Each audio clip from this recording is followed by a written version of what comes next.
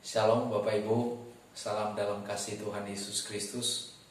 Kita kembali berjumpa dengan kasih Tuhan, walaupun tidak bertatap muka, tetapi saya percaya kasih Tuhan terus mempersatukan kita dengan kekuatan dan kasih di dalam iman. Nah, hari ini saudaraku dikasih oleh Tuhan, kita sudah memasuki yang namanya bulan Desember. Ya, juga kita kenal bulan Natal, ya, dan juga kita kenal adalah ini bulan yang penuh dengan kasih. Sebab itu saudaraku dikasih oleh Tuhan, walaupun kita tidak berjumpa secara langsung, ya, tidak mengurangi kasih Tuhan terhadap kita dan tidak mengurangi kasih kami kepada Bapak Ibu semua, ya, kepada seluruh jemaat dan dimanapun Bapak Ibu berada yang mendengarkan saya menyampaikan kebenaran firman Tuhan ini kepada kita. Nah, bulan ini saudaraku dikasih oleh Tuhan, kita berbicara tentang doa yang efektif. Nah, sebab itu saudaraku dikasih oleh Tuhan, tentu doa itu tidak hanya doa, tetapi perlu kekuatan di dalam doa. Maka saya akan berbicara kepada kita tentang kekuatan doa yang efektif, saudaraku dikasih oleh Tuhan. Nah, saudaraku dikasih oleh Tuhan, kalau kita melihat bahwa definisi daripada kekuatan doa yang efektif adalah kepada siapa kita mengadu, kepada siapa kita berharap, kepada siapa kita meminta, saudara-saudara. Ya, kenapa saudara-saudara Tuhan? Karena itu akan sangat menjadi faktor terhadap rasa harapan, doa, permohonan, permintaan kita.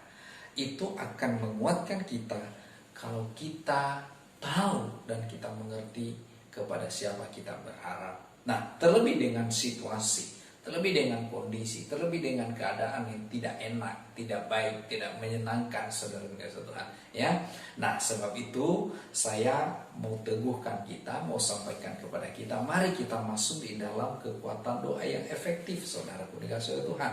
Ya, artinya kita nyadar dan kita tahu kepada siapa kita mengadu. Nah, hari ini saya akan bacakan kepada kita kisah tentang ketujuh jemaat, di mana jemaat di Asia, saudara-saudara, di mana ada di sana jemaat Efesus, saudara, Smyrna, Pergamus, dan juga Tiatira, Sardis, Philadelphia, dan Laodikia. Di mana pada waktu itu, saudara-saudara Tuhan, ada seorang rasul yang namanya Yohanes yang tidak secara kebetulan, kalau menurut penganalisa saya, dia juga lebih berperan di daerah tersebut di antara jemaat yang ada itu, saudara-saudara Tuhan. Sehingga tidak secara kebetulan Tuhanlah sampaikan pesan itu melalui Yohanes kepada jemaat, ketujuh jemaat tadi itu, ya, untuk mereka terus kuat beriman kepada Tuhan. Kenapa? Karena pada waktu itu mereka sedang mengalami yang namanya aniaya. Ya, tentu kalau berbicara tentang aniaya artinya disertai dengan penderitaan, saudara-saudara. Ya, disertai dengan segala keluh kesah, disertai dengan segala mungkin kekecewaan akan timbul, saudara-saudara. Tetapi Tuhan, saudara-saudara, berbicara kepada Rasul Yohanes yang pada waktu itu, saudara-saudara, berada di Pulau Patmos, saudara-saudara. Ya, maka saudaraku dikasih Tuhan berbicara kepada mereka. Tuhan membuat sebuah pendekatan yang sangat dekat dengan mereka melalui Rasul Yohanes untuk menyampaikan, menyadarkan mereka bahwa apa yang kamu lakukan selama ini, siapa yang kamu sembah selama ini, siapa yang kamu puja selama ini, siapa yang kamu minta selama ini adalah aku, adalah Tuhan itu, dan Tuhan yang benar. Nah, sebab itu saudara-saudara, kita akan sedikit baca kisahnya di dalam Wahyu pasal yang pertama, ayatnya yang ke 9, saya akan sampaikan ayatnya ke-9 sampai yang ke-12. Saya akan bacakan kepada kita Wahyu pasal pertama, ayatnya yang ke-9 sampai yang ke-20. Firman Tuhan berkata begini, saudara-saudara. Penglihatan Yohanes di Patmos. Aku Yohanes, saudara dan sekutumu dalam kesusahan, dalam kerjaan dan dalam ketekunan menantikan Yesus, berada di pulau yang bernama Patmos oleh karena firman Allah dan kesaksian yang diberikan oleh Yesus. Pada hari Tuhan aku dikuasai oleh roh dan aku mendengar dari belakangku suatu suara yang nyaring seperti bunyi sangkakala. Katanya, apa yang engkau lihat tuliskanlah di dalam sebuah kitab dan kirimkanlah kepada ketujuh jemaat ini, ke Efesus, ke Smyrna, ke Pergamus, dan ke Tiatira, ke Sardis dan Philadelphia dan ke Laodikia, saudara pengasih Tuhan. Lalu ayat 12, lalu aku berpaling untuk melihat suara yang berbicara kepadaku, dan setelah aku berpaling tampaklah kepadaku ketujuh kaki dian dari emas, dan di tengah-tengah kaki dian itu ada seorang berupa manusia, anak manusia berpakaian jubah yang panjangnya sampai di kaki dan dadanya berlilitkan ikat pinggang dari emas. Kepala dan rambutnya putih bagaikan bulu yang putih mentah,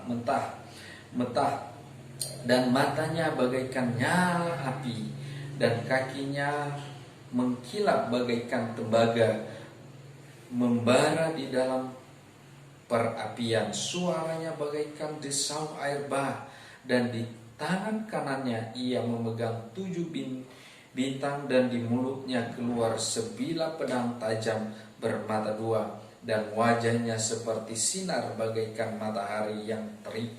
Ketika aku melihat dia, tersungkurlah aku di depan kakinya sama seperti orang yang mati. Tetapi ia meletakkan tangan kanannya di atasku lalu berkata, jangan takut, aku adalah yang awal dan yang akhir dan yang hidup. Aku telah mati, namun lihatlah aku hidup sampai selama-lamanya, dan aku memegang segala kunci maut dan kerajaan maut. Karena itu tuliskanlah apa yang telah kau lihat, apa yang terjadi sekarang maupun yang akan terjadi sesudah ini. Dan rahasia ketujuh bintang yang telah kau lihat pada tangan kananku dan ketujuh kaki dian emas itu, 7 bintang itu ialah malaikat ketujuh jemaat, dan ketujuh kaki dian itu ialah ketujuh jemaat. Nah, saudaraku dikasihi Tuhan, kita memperhatikan ini kisah yang sangat luar biasa, ya. Ketika ketujuh jemaat yang ada,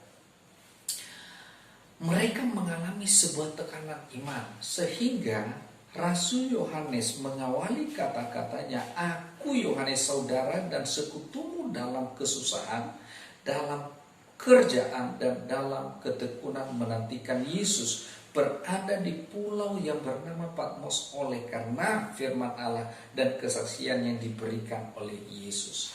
Perhatikan baik saudaraku dikasihi, pada waktu itu yang menderita bukan saja hanya jemaat, tetapi termasuk Yohanes, seorang rasul, termasuk hamba Tuhan, saudara-saudara. Tetapi saya percaya, saudara-saudara, ada sebuah nilai lebih yang didapatkan oleh Yohanes, sehingga pada waktu itu dia mendapatkan kasih karunia Tuhan untuk bisa melayani Tuhan dan melayani jemaat, dan Tuhan berbicara kepada dia, ya, menyampaikan bahwa aku ini adalah Alfa dan Omega.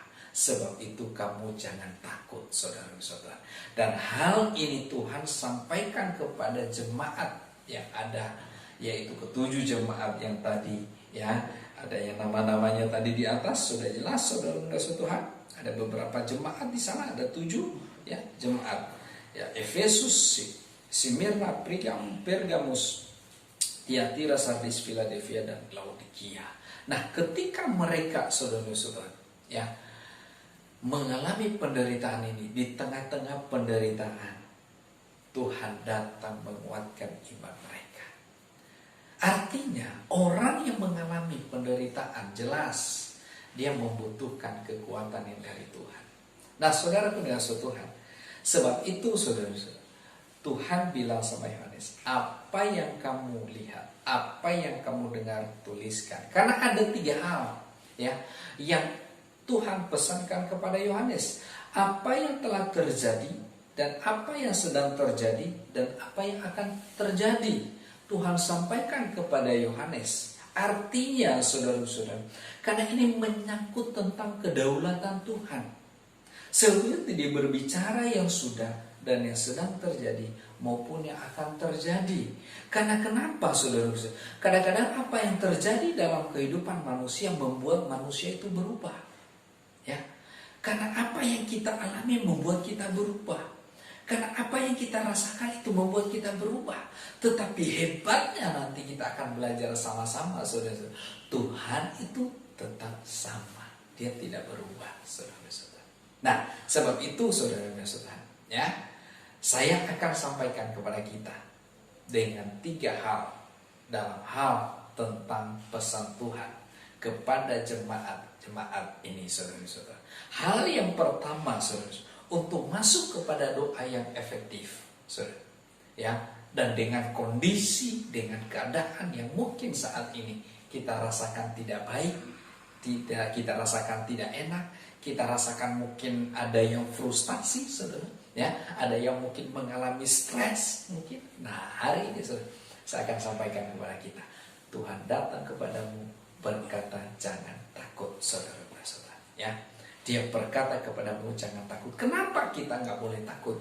Karena percaya kepada Tuhan, saudara-saudara, ya, bahwa Tuhan itu menyertai kita. Firman Tuhan katakan di dalam Lukas pasalnya yang ke-12 ayat yang ke-7, aku berkata kepadamu, hai sahabat-sahabatku, janganlah kamu takut terhadap mereka yang dapat membunuh tubuh dan kemudian tidak dapat membunuh, tidak dapat berbuat apa-apa lagi. Apa yang dapat membunuh kita? Mungkin aniaya, ancaman, saudara-saudara, ya. Bahkan mungkin sakit penyakit. Tidak usah takut, saudara-saudara, ya.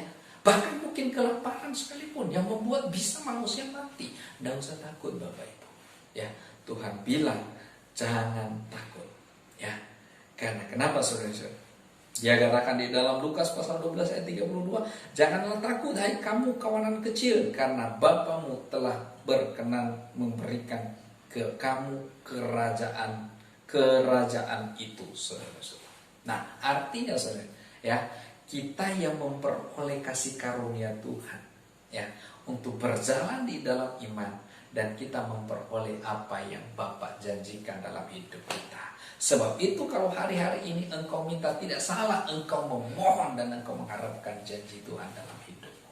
Nah, saudara-saudara, selanjutnya poin yang kedua yang saya mau sampaikan kepada kita secara singkat.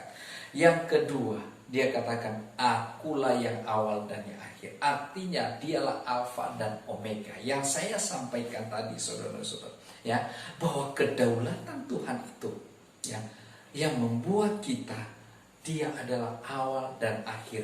Dia tidak berubah. Situasi apapun, kondisi apapun, keadaan apapun, kasihnya tidak berubah, kuasanya tidak berubah, pertolongannya tidak berubah, mujizatnya tidak berubah. Sebab itu, saudara-saudara, kita mesti percaya kepada Dia, saudara-saudara. Jangan keadaan merubah kita, tetapi kita tetap percaya sungguh-sungguh kepada Tuhan, karena Dia tidak pernah berubah, saudara. Kalau Dia tidak berubah, maka iman saya tidak akan pernah bisa digoyahkan oleh apapun. Karena Dia tidak berubah, maka pengharapan saya tidak bisa dipatahkan oleh apapun, saudara-saudara. Haleluya, saudara-saudara. Apakah kita mengalami hal yang sama? Nah, hari ini, saudara-saudara, poin yang ketiga ini, Dia adalah alfa dan omega. Dia yang awal dan yang akhir. Apa yang terjadi dulu, Dia tetap Tuhan. Apa yang terjadi sekarang, Dia tetap Tuhan. Dan apa yang akan terjadi di kemudian hari, Dia tetap Tuhan dalam hidupmu. Dia tetap Tuhan dalam hidupku. Dia tetap Tuhan buat keluargaku, buat usahaku, buat pekerjaanku, buat anak-anakku, bahkan buat masa depan kami, saudara. Itu namanya, saudara, doa yang efektif. Artinya tahu kepada siapa dia mengadu, tahu kekuatannya, tahu kehebatannya, tahu kuasanya. Yang ketiga, saudara-saudara, dia katakan dialah yang memegang kunci maut, saudara. Tadi berbicara soal kematian. Hari-hari ini, saudara, kalau roh kematian sedang melanda Indonesia, kalau roh kematian itu sedang melanda bumi Indonesia, mari kita percaya sungguh-sungguh kepada Tuhan dan percaya kepada kedaulatan Tuhan. Dialah yang memegang kunci maut Artinya saudaraku Yesus Tuhan, Dialah yang mengendalikan hidup kita saudaraku Yesus Tuhan. Sekalipun engkau sudah menghadapi pintu maut, kalau kunci pintu maut Tuhan tidak bukakan saudaraku Yesus Tuhan, Tuhan bilang kau pulang lagi, kembali lagi saudara-saudara. Maka tubuhmu yang sekalipun sudah mati secara manusia, maka kembali roh menempati hidupmu saudara-saudara. Jadi jangan takut Bapak Ibu yang dikasih Tuhan, dengan segala wabah penyakit yang sedang terjadi. Percaya kepada saya. Kalau engkau beriman kepada Tuhan, kalau engkau percaya kepada Tuhan, maka Tuhanlah yang memegang kendali dalam hidup kita. Dia yang memegang kunci maut itu. Dan ketika kunci maut itu Tuhan tidak bukakan, maka kematian itu tidak akan pernah kita akan alami dalam hidup kita. Sekalipun di dalam ketakutan, sekalipun di dalam aniaya, sekalipun di dalam keadaan penyakit, kesusahan, penderitaan, kelaparan sekalipun Bapak Ibu. Hari ini Bapak Ibu ini kasih Tuhan, mari kita serahkan hidup kita sepenuhnya kepada Tuhan yang memegang kunci maut itu. Saudara, apa yang dimaksud dengan kunci maut adalah kematian. Apa yang dimaksud dengan kunci maut adalah kunci akhir dari segala sesuatunya dalam hidup kita. Mari Bapak Ibu ini kasih Tuhan, kiranya firman Tuhan ini memberkati kita semua. Mari kita jangan pernah takut, tapi justru kita tetap percaya kepada Alfa dan Omega yang awal dan akhir. Dan kita tetap menyerahkan hidup kita sebagai Tuhan, untuk Tuhan mengendalikan setiap hidup kita. Saya akan berdoa buat Bapak Ibu. Bapa, dalam nama Tuhan Yesus, Engkau memberkati kami semua. Setiap telinga yang mendengar firman, Engkau urapi dan Engkau pakai, supaya kami menyadari kami punya Tuhan yang hebat, kami punya Allah yang luar biasa, kami punya Tuhan yang tidak pernah berubah, dahulu, sekarang, dan selama-lamanya. Di dalam nama Tuhan Yesus, dalam segala penderitaan, segala penyakit, segala kesusahan hidup kami berdoa di dalam nama Tuhan Yesus, Engkau bebaskan dan lepaskan kami, dan kuasa iman Engkau anugerahkan kepada kami, sehingga kami kokoh berjalan dan kokoh berdiri dan beriman terus kepada Tuhan sampai Engkau datang kembali. Di dalam nama Bapa Tuhan Yesus Kristus kami berdoa dan kami bersyukur. Haleluya.